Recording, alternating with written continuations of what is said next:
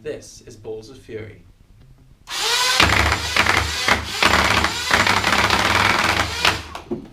1, 2, 3 billion, billion 5, 6 billion, 7 billion, 8 billion.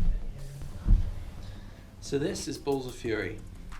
It's, as you can see, obviously designed off of the HIR-ricane system by Out of Darts.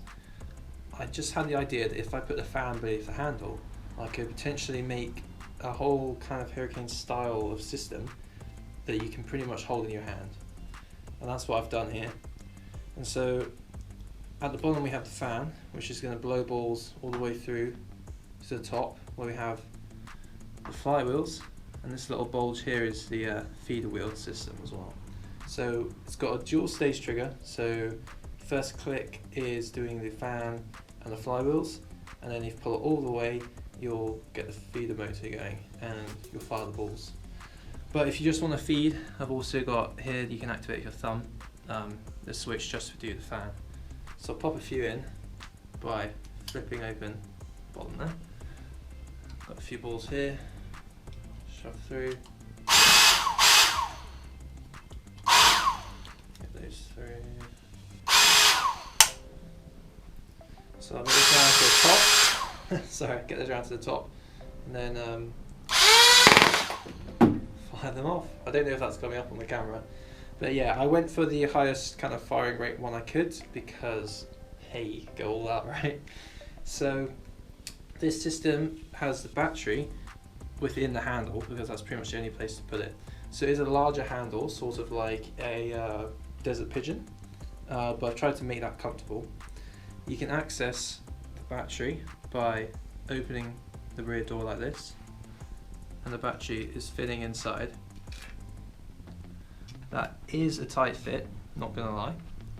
I haven't put the magnet in yet, but there'll be a magnet in here so that when you close that, that's encouraged to stay shut. I did put the magnet in the bottom door here, so you can flick that open whether you're using this left or right handed, because I've placed a lot of tabs in.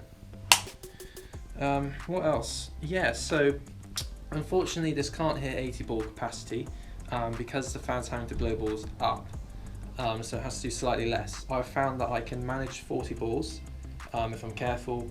30 balls definitely no problem. What I've done here is I've had a kind of a releasable system, so you put that in, twist it back, and that locks it in place. So you can basically take these out and have different sized of tubes if you want. I guess you could just have lots of the same tube if you wanted to really quickly reload, but that's up to you. The point is that basically this is the main unit and this gives you options for what you want to do. Something funny I found is that it creates a bit of a gust of air just from the flywheels, so you can kind of pop 1 or 2 balls in and just sort of run around like this and then just fire them out, all dropping on one. No, just a side thing that's kind of funny, I think.